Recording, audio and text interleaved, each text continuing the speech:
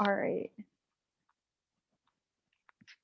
So my presentation is about the distortion of Asia in academic classes. And I bet that this is something that everyone has experienced if you're an Asian living in America.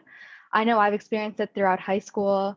So yeah, we're just gonna delve into it and how it impacts the education system, students, and all that. Also, feel free to like speak out. There's gonna be a few moments for like a discussion type thing. Feel free to speak out about anything and like we can obviously open a full discussion at the end. So honestly, I've noticed in a lot of the articles that I read and just throughout high school courses in American classes, there's only usually one column that we get. For example, there can be a page about World War II and everything that happened with Japan and Japanese Americans at the time is put into one column at the end of the page or just one section in your textbook. I know I've noticed this a lot and it tends to lead to further issues. The issue is usually misrepresented and everything isn't covered the way it should be. So this is kind of the first opportunity for a discussion. If you'd like to share like the first time that you noticed this sort of one column thing, and feel free to get as specific as you want. But if not, we can just keep going. Basically, it's all about how we don't have the luxury for more than one page of information. We usually get a very limited space in textbooks. This leads to a lot of issues. This leads to students not understanding their own heritage, and it even leads to Western students not understanding the full story when it comes to history. So this all leads to the model minority myth that we've all probably heard of. It's basically when Asian Americans are treated as a model minority and treated as the good ones, the ones that don't cause any trouble, while also sharing how we've been mistreated without saying it in black and white. The rare mention of Asian Americans, it focuses on the Chinese Exclusion Act and Japanese Americans during World War II, but it never really shows you how big this was. It's never really seen as some big tragedy, some big thing that happened and needs to be addressed. It's usually glossed over in the small section that we get for it. I've even noticed that we rarely ever get assignments based off of these things, and it's more of just one thing that they need to check off that you're going to see on the test probably once or twice. So this quote actually stood out to me. This journalist, Ellen Lee, explained how she was thrilled when she was a little kid to learn that they were going to learn about the impact of Chinese immigrants, especially knowing that she was in a school in San Francisco. But when she went to the school library, she found that in this really thick book of history, she only found one page and one column. So this obviously is creating a false narrative on how we see the world. It's written from a very Eurocentric point of view. And I just wanted to know if anybody wants to share if they've experienced this, how it made you feel in the classroom. Because I know when I was in global history in 10th grade and we got to learn about how the Europeans colonized India, I was really disappointed to see that the worksheets that we got that were printed out from textbooks had a very casual vibe to it and it didn't really address the actual tragedy of colonization. And my teachers had to compensate for this and tell the class how this isn't correct and how there's more to the story than what's being presented to us. So if anybody wants to share how this made them feel free to.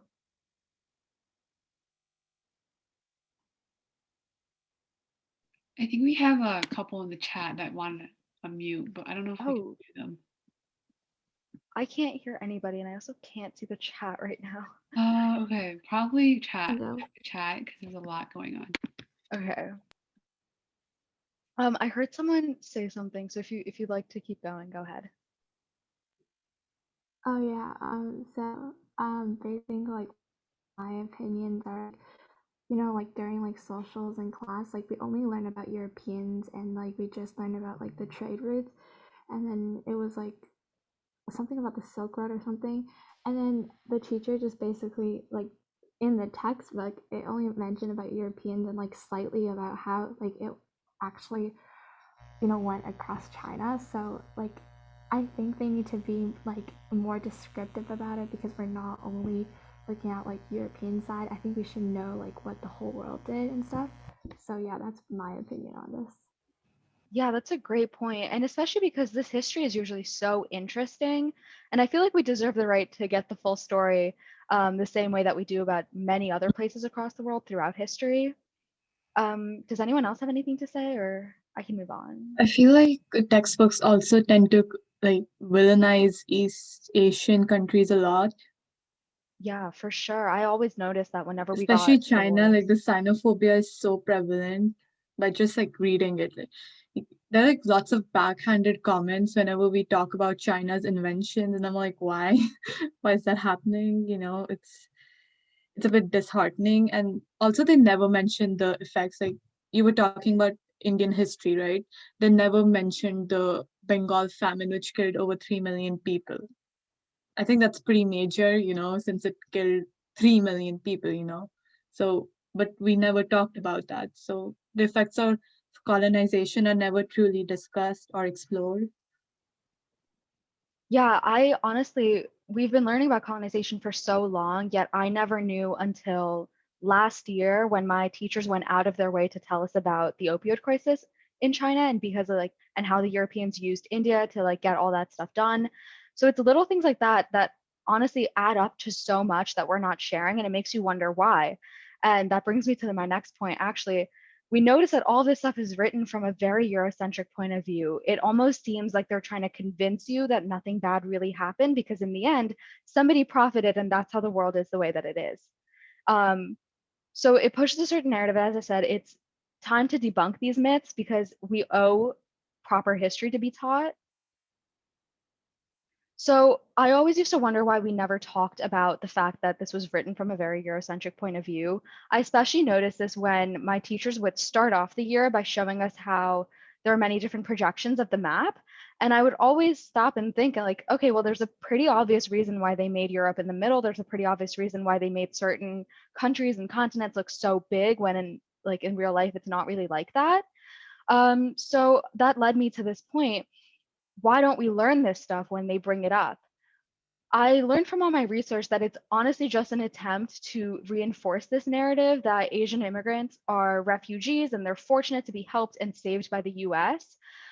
This quote actually came from Jean Wu, who taught Asian American studies for more than 50 years.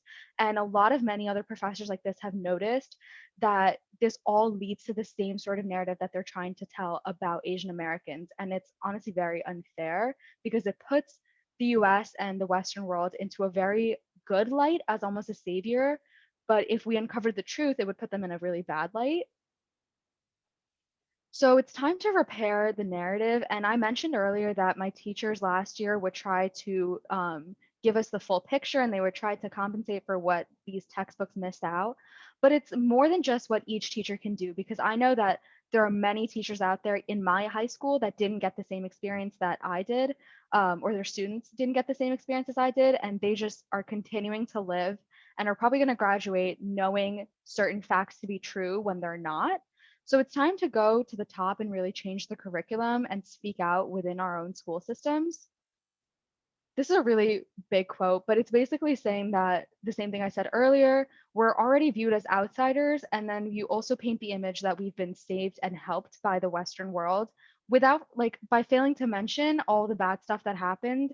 It's kind of easy to take advantage of that and take advantage of the power that Europeans have now to push the narrative that we've been saved. So there's a lot of things that need to be fixed, of course. We need to add things and we need to change the attitude of teaching. History classes will leave out a lot of things like the Chinese Exclusion Act and a lot of other immigration bans. And they often fail to realize the long lasting harm of this stuff because you never, this isn't the same thing as teaching history for certain other groups where you never know what kind of students are in your class. You need to be aware of the diverse minds in your classroom and teach according to them and also teach them to know the truth. Um, Research has actually showed that white students benefit from being exposed to these new perspectives. It just creates more empathy and it leads to them understanding racism better. And students of color are actually even more engaged and they have better grades when they see themselves in the narrative and they see themselves represented the right way. I remember when I was a freshman and I was taking global history, whenever we would talk about globalization and colonization, I would start writing really angrily, and all my notes were off because I would start writing my own stuff in there. So yeah, needless to say, like you need to know the right stuff. So this is a short thing that I made for like the impact of the inaccurate teaching of history. According to educators, anti-Asian hate crimes are actually directly linked to misinformation. And as you can see, I have a few examples here, but it's basically what I've been saying the whole time. There's a real failure to carry through with a bunch of these countries after they're first introduced in pre-colonial times. It's kind of like they talk about their golden age and their pre-colonial times. Then you dabble a bit on how the Europeans dealt with them. And then the next you hear of them as model minorities and people who should be thanking the US. Feel free to unmute and talk about your thoughts about this. I can see that there's a lot of chats going on. I just don't know how to see them right now. So feel free to unmute.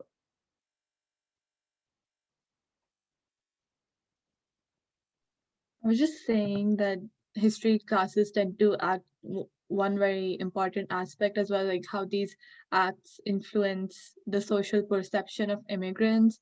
Especially, I think with you were mentioning the Chinese Exclusion Act, because another huge part of it, because Chinese women were seen as, unmoral and I mean not unmoral, sorry, immoral and prostitutes. So that's why there was such vitriol against Chinese women, and that kind of influenced the Chinese Exclusion Act. So in general, we don't learn about these social constructs enough.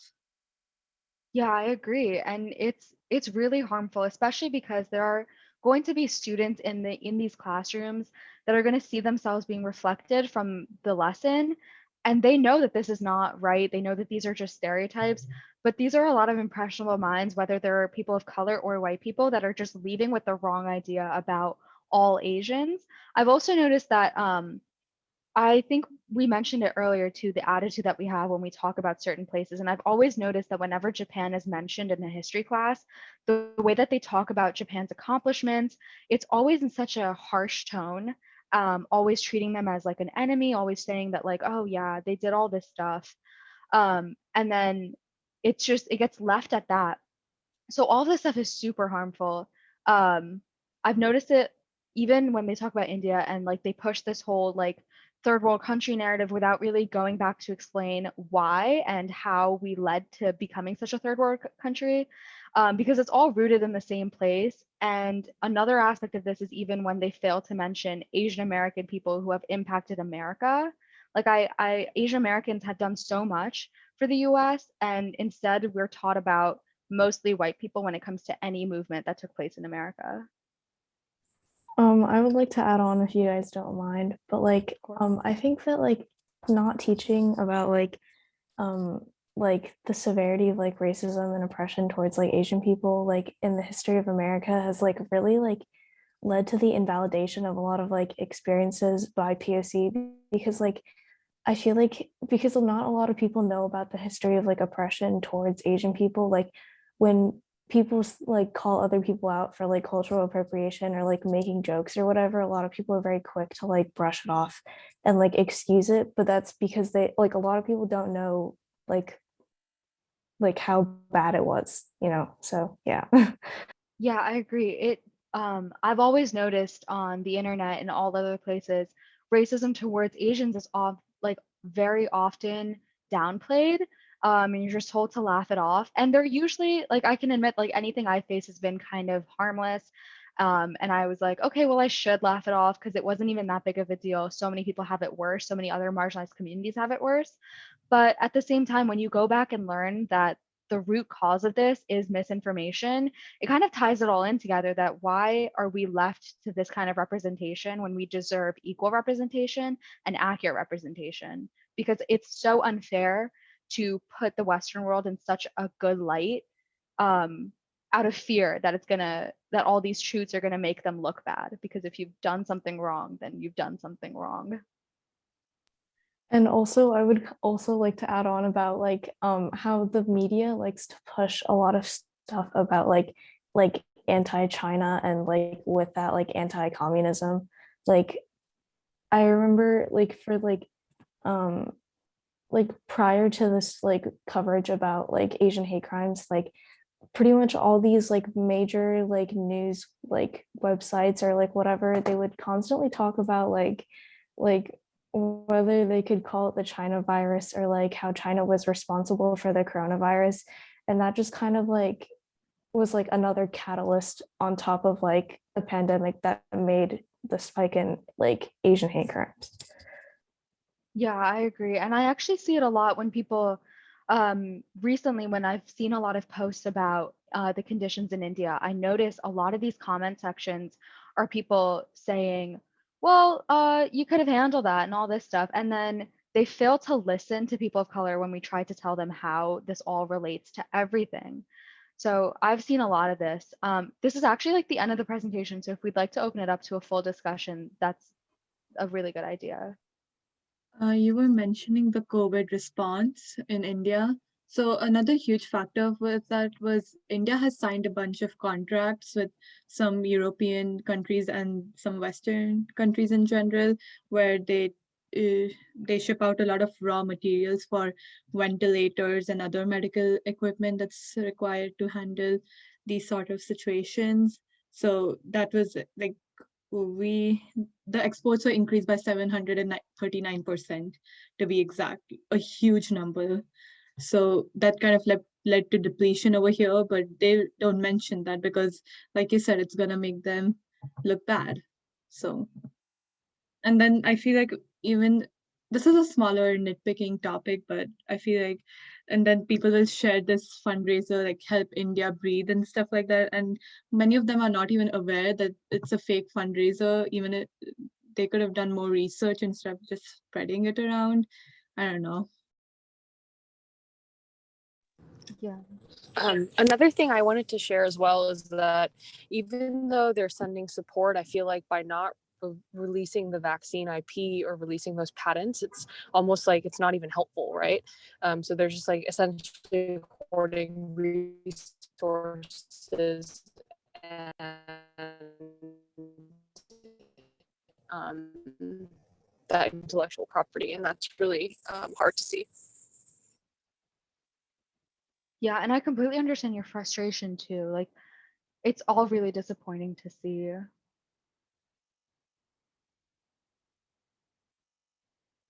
Also, if anyone like to just share out like experiences that they've had in their own history classes where you felt let down, or even like beyond like an academic class, like we've been talking a lot about responses that we see on the internet as well. So yeah, like feel free to say anything that's on your mind.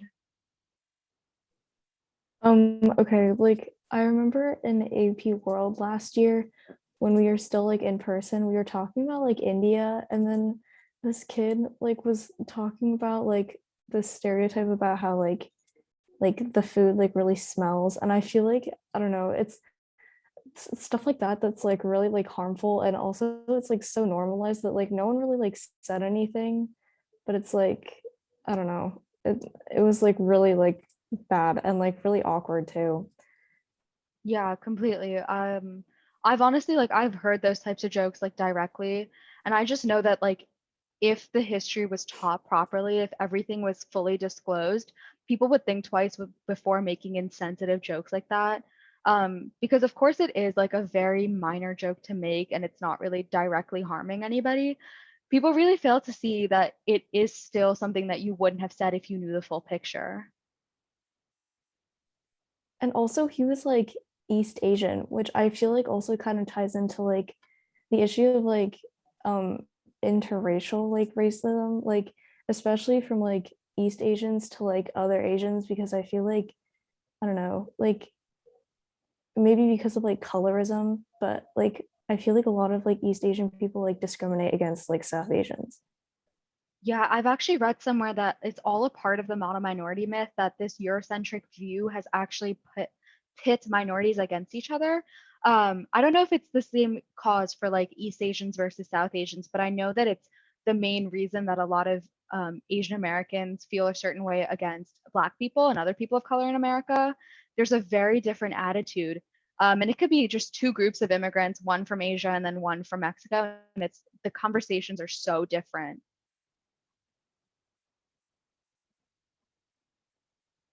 So it is really empowering to see that this all comes from the same source. It comes from misinformation. And I know that there's not much that you can do on a school by school level. I know that, you know, when it comes to AP, there's a certain curriculum you need to follow. I live in a state where we have regents, the New York regents. So there is a specific curriculum, for US history and global history. But I think it's worth reaching out to your teachers.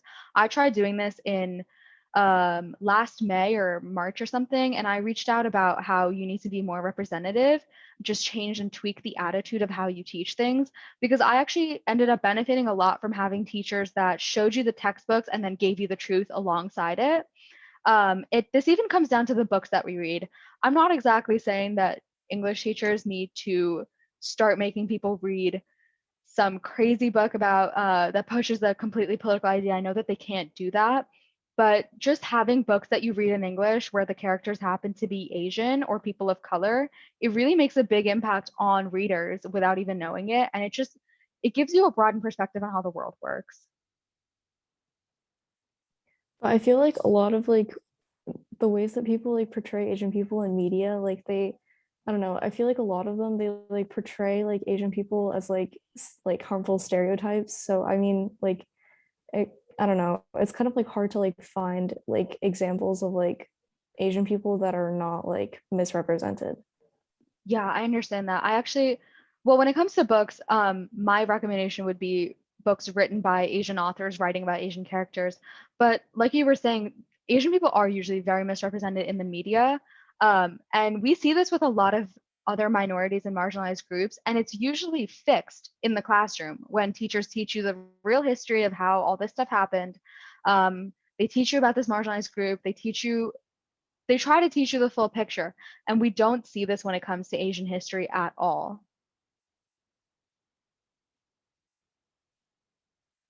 Yeah, honestly, just adding on to that, like, I don't know about you guys, but I do live in Canada. But like same here, like during history class, like over the past few years, like when I was in kindergarten, we've only covered about like European history and then like parts of Africa, parts of like China as well, like such as Japan.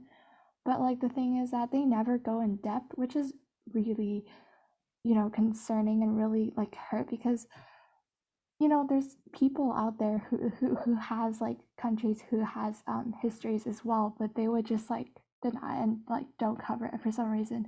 So yeah. Yeah, I have noticed this in almost every scale of people of color in history.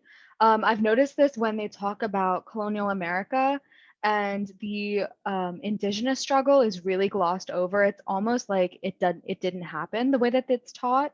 Um, it's really glossed over. We really don't focus on that at all. We see this in almost every part of history. I would always notice how stuff that happened in Europe, stuff that was based in Europe, was talked about so much for like units and units and units. They would really drag it out. I even had a class where we were talking about like the Dark Ages and the Middle Ages, and we had a whole day to analyze like the art from that time period. And I just got thinking like so much skill and art was traded on the Silk Road. There's so much unique art in Asian countries that tells you a lot about the history there, and we never ever delve into that stuff. And at this point, I was like, there's no way that the New York Regions asked me about the art in the Middle Ages. There's no way that this is a required thing.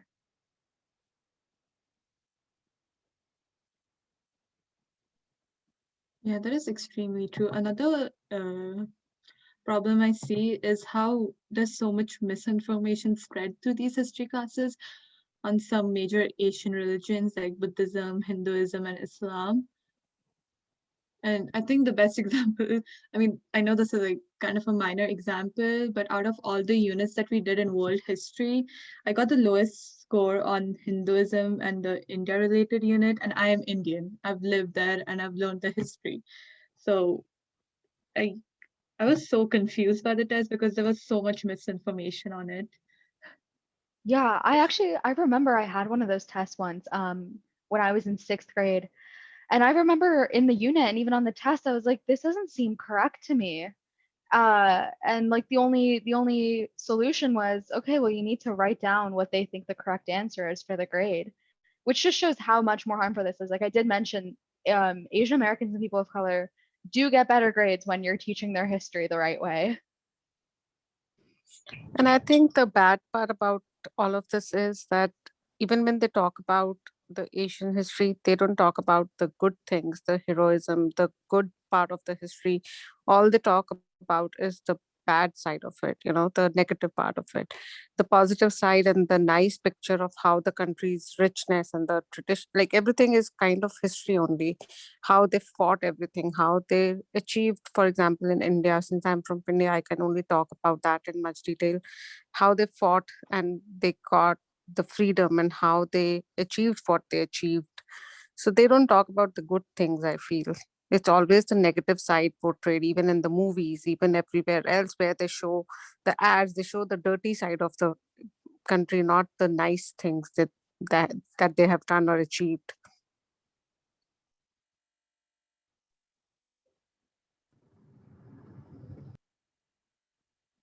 Yeah, that's a really good point too. It all comes back to like media representation, classroom representation, and it's a way bigger issue than people think it is. I see a lot of people complain about media misrepresentation, and a lot of uh European people, white people, they tend to respond with, "That's not that big of a deal, though. It's just a movie. It's just a TV show. It's just a character." But it kind of is a big deal when you see that it's used against us, it's used to mock us, and we don't even get some backup support from the classroom.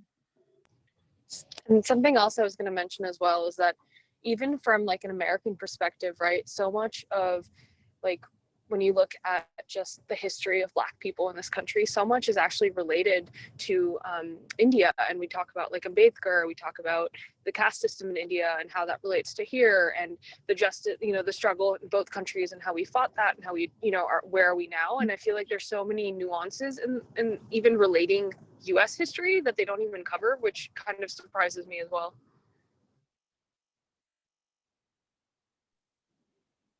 Yeah, if anyone else has like more specific examples about whichever Asian country and whichever part of history, like feel free.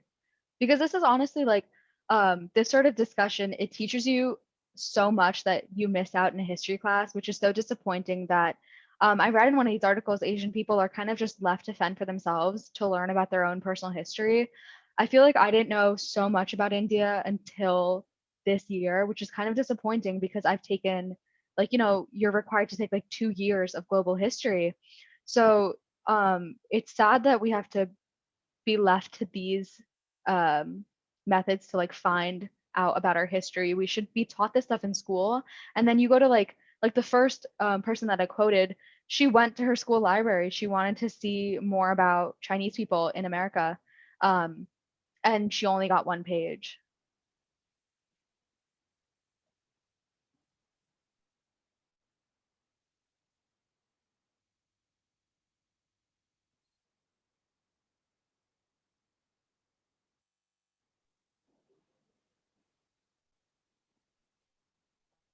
So if anyone has anything else to say, like again, feel free. You were mentioning stereotypes, right? I feel like like history classes also tend to, encourage stereotypes so much.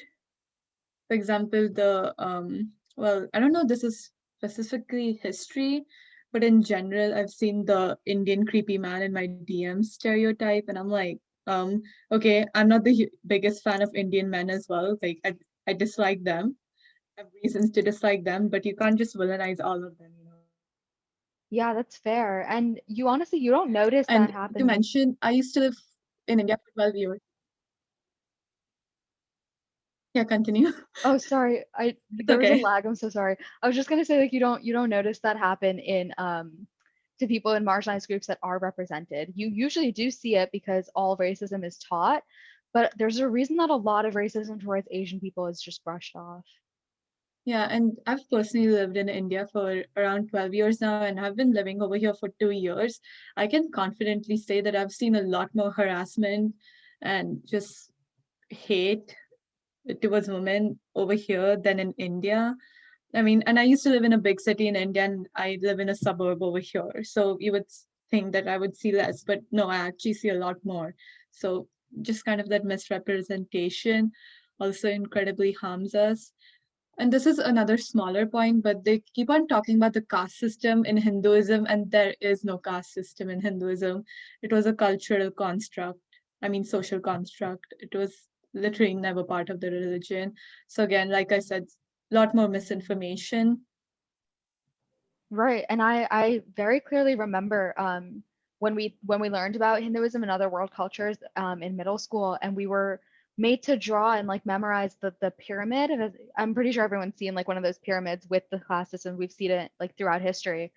And I mean, I was 11, to be fair, I didn't know that much about it, but I remember looking at it and being like, this seems a little bit off. This seems like it's really overplayed. I don't live in India, but I know that it's never really been such a big thing, the way that they teach it. So yeah, there's like little things like that. If only our educators were also educated enough to teach us something from the textbook and then say, hey, that's probably not that true. Here's what you should know for living in the real world. Mm.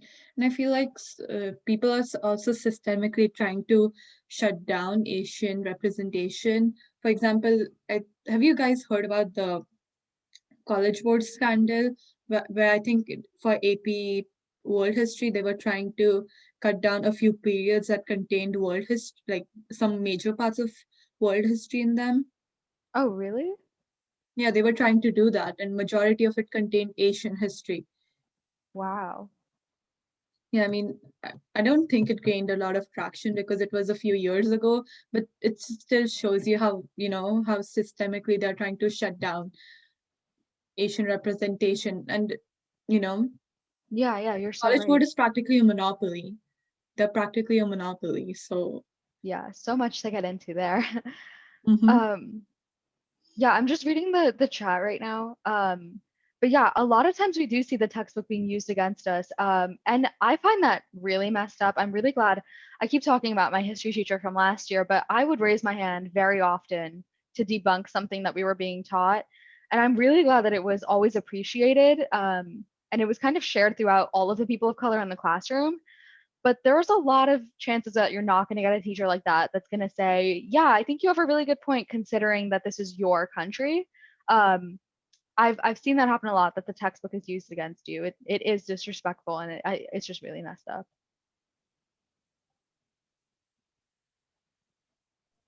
Also, this is kind of like unrelated, but I feel like it's really sad because like when you grow up in America, it's like all kind of like it's so normalized that like I don't know, like I kind of like grew up with like so much racism that it's like you don't even notice it until you grow up and then you like realize how like racist your like whole like childhood was and then you're just like I don't know, it's it's so messed up. Right, because then there comes a certain age where you become really self-aware and you have to teach yourself all the right stuff, and you can fall into the wrong pocket of the internet. That happens quite a lot. But yeah, like I feel like that's kind of unfair. If history was taught with like full disclosure, and that's just how the world was run, I feel like that would avoid a lot of people, a lot of impressionable minds going to the wrong extreme. Um, yeah, I've noticed that as well. Mhm. I have something to say. Um, Basically, I just wanted to, I know we've like spoken about how there are like subtle racist like gestures and stuff like that that are so normalized, and how someone previously said how like they like recently or like yeah they recently realized like how racist their childhood was. That like really touched me a lot because like recently I also realized like these small little gestures that that the other like my other classmates did at me, or like these like small little comments that I thought were normal for some reason, now realize that those were all racist like jokes towards me. And I hate it so much because it's like so normalized that even little kids nowadays, like they do it like because they don't know. And it's just like so annoying. And when I know we like previously spoke about this, but like even like with like the history teachers and everything, if there's something wrong with like if someone calls out on something, they'll just ignore it and like won't care, which is like it's like why keep this wrong information to like teach the other generation or like the other like younger kids about it? Like why continue to like stretch this wrongness, I guess, stretch this like lie? Like why can't you just do it now? Why can't you just change now and just educate yourself about it? I just don't like how like everything, like all these like little racist things or like all these like little mistakes are like kept, I guess you can say. Yeah, I understand. I spoke out to my teachers about a lot of this, and one of them got back to me and said, this was in regard to books in the curriculum, and she was like, we're actually unable to add those inclusive books because a lot of the administrators feel like we need to be respectful of the thoughts of the other teachers. And I was really disappointed by that. I was like, okay, but like we're shaping young minds. Like people shouldn't grow up and think that, you know, I just I don't know, that's a way bigger issue to get into, but I understand that completely. It's a lot of shielding yourself from the truth so that you can avoid seeing the actual problem. And then the other thing you were saying about like the small acts of racism and even xenophobia, I've seen that throughout my childhood, like when people play a song or talk about like a kids TV show and then I don't know what they're talking about and they're like, but that's like a classic or like a classic American snack or a classic American experience. And it's the smallest thing ever. And it's sometimes not even with a bad intent, but it really pushes you to feel a lot more excluded. And I just feel like if things were taught better, if things were really disclosed the right way, we wouldn't have all of these little subtle acts of racism that we face. I remember like as far back into like fourth grade, third grade, we were making jokes about East Asians and like the eye shape. And this was like a very diverse school. So this was like white kids and then kids from the Philippines and then Indian kids all making the same jokes. And I bet like I'm not friends with all those people now, but I know that all of us have like changed our views completely and we don't really notice that all this stuff comes from such a young age because again, like we see this over and over again, but racism is so directly taught in a culture like this. Oh my gosh, yeah. I was like recently like thinking about like how racist that like because there was this like saying that like involved like pulling your eyes back and like making fun of Yeah. like Asian people. And like I only like started like recently remembering like how frequently people did it at school and I just like didn't think anything of it. But like now that I think about it, I've realized how racist it is and like how like strange that I was doing it since I'm like East Asian. But like yeah. Yeah, Oh, I think I remember this saying as well. And I remember an East Asian friend of mine introduced it to me. And I didn't realize how messed up that was until very recently. yeah. Also, like, do you guys, I'm not sure if your like elementary school probably like had this game, but there was this game where they would do this like they would like there was like this just like I don't know, I don't want to say it, but it was like Chinese, Japanese, and then you would move your eyes like in a Yeah, different that's the direction. one I was That was the talking one. about. Yeah, Oh, me okay. too. But like that now, like back then, I was like, okay, this is okay. Like, I don't know. I'm just like following along. Like, I didn't know anything about it. I was like, okay. But now I'm like, what the heck? Why would teachers like let kids do this? Because like people did it during class, like while the teacher was there and like while other older students were there. And now that I think about it, like I'm like, why did they not like speak? Why did they not tell us not to do that? Like that's disgusting. Like why would they let and like I was like 7 years old or something. And like if this is allowed, like I'm sorry, if this is like I guess allowed at like such a young age or like taught like a game at such a young age, that's like you're growing up with it. I don't know. It just did not sit right with me. Yeah. And it actually leads to so much more because I've seen people during the pandemic start to push blame on China and Chinese people. And I've also seen people who go to local Asian restaurants and then pull their eyes back and take pictures with their food and like in front of the restaurant. And then no one really says anything. And then even when people do speak out, I've always seen that there's some sort of attitude around it. Like, I'm not even doing anything wrong. Like, it's fine. It's just a joke. Because when you were younger and nobody reprimanded you for it, it was just a joke. So this goes back to before high school and before these strict curriculums that lead up to exams. This goes back to how racism is treated throughout our childhood. Yeah, that's so true. And I feel like the racism is also protected. Those like people who do these racist actions are protected because, oh well, they're just young, they didn't have any malicious intent. But yes, they don't have malicious intent for now, but in the future, they most definitely will have that intent, and they would want to harm us. So this doesn't really. I think there's a certain form of discipline that should be implemented when you're talking about race and all that.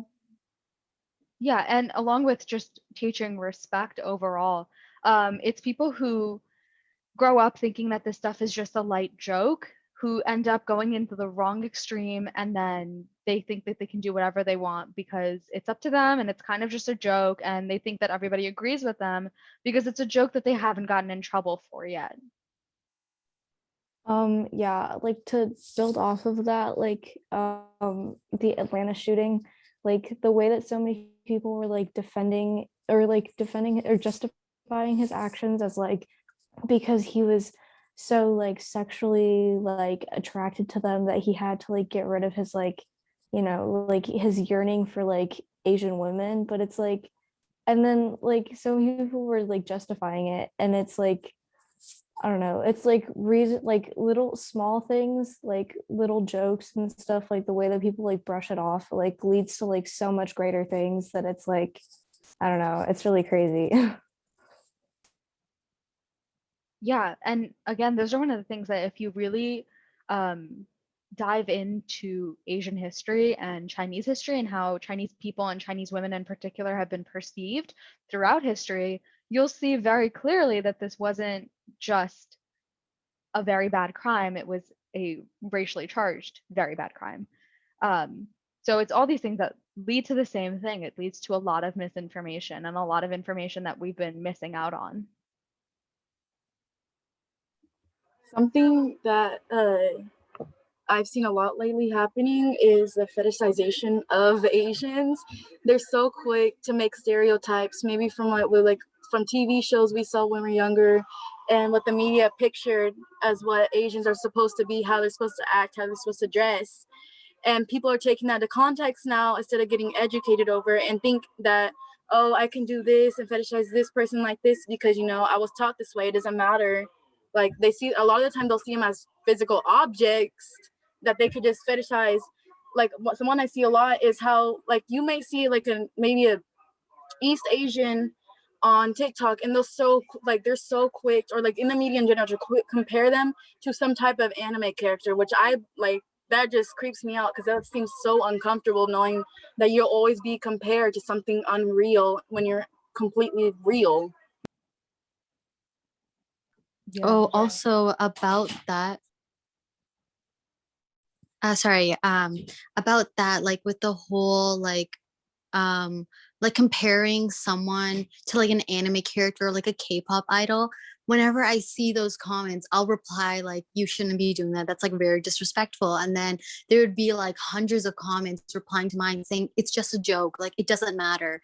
And it's like it's like people keep brushing it off because like and calling it a joke when really it is very harmful, and like these things keep piling up and like it just keeps getting brushed off, and it's just annoying because no one's stopping it. And when people do call out like on these like comments and how harmful they are, people just brush it off as a joke, which is so messed up. Yeah, all these little jokes that they go unreported and people don't take them as seriously. It all really builds up to the same thing where it's like white people having some sort of power over people of color and East Asians and South Asians, just Asian Americans altogether.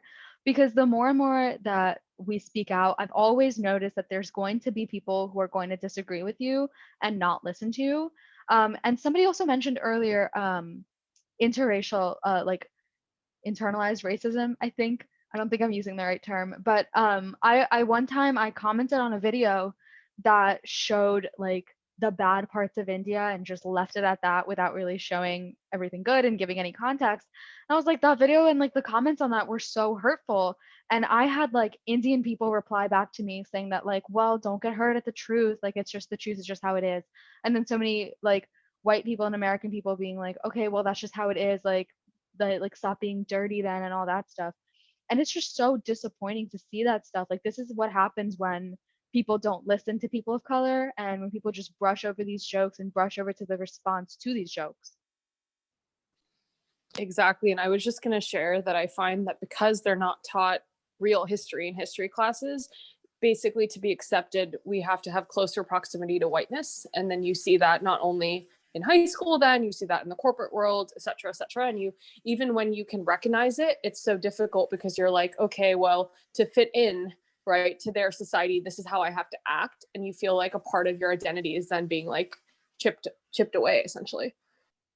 And that even comes down to people shortening their names or making their names just more digestible for a white person to be able to say them. I remember for years and years and years, like every substitute teacher, every new teacher would mispronounce my name. And finally this year I was like, like I can tell you how to pronounce my name and it's written down. Like we can meet in the middle here, but it's time to like I realized that there was a certain point in time where I stopped trying to like fit into that kind of world by changing the way that you present yourself because your name is such an integral part of your identity. And I see it happen with so many people in Asia who are, well, Asian Americans, and we always end up like changing and altering our names so that white people can say them easier.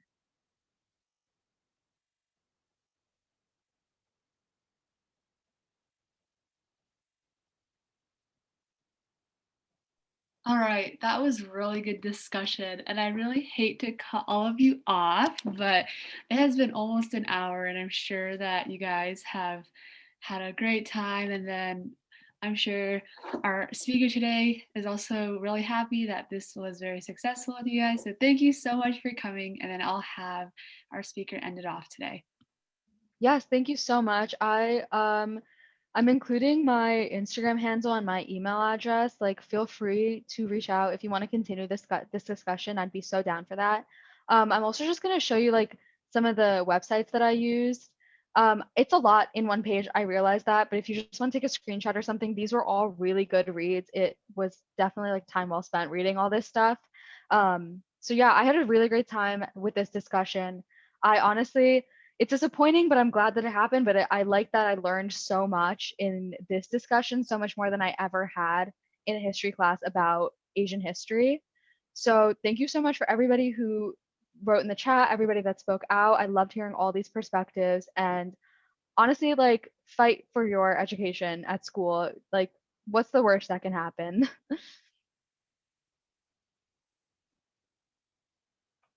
Yes, thank you so much. I'm reading all the chat now.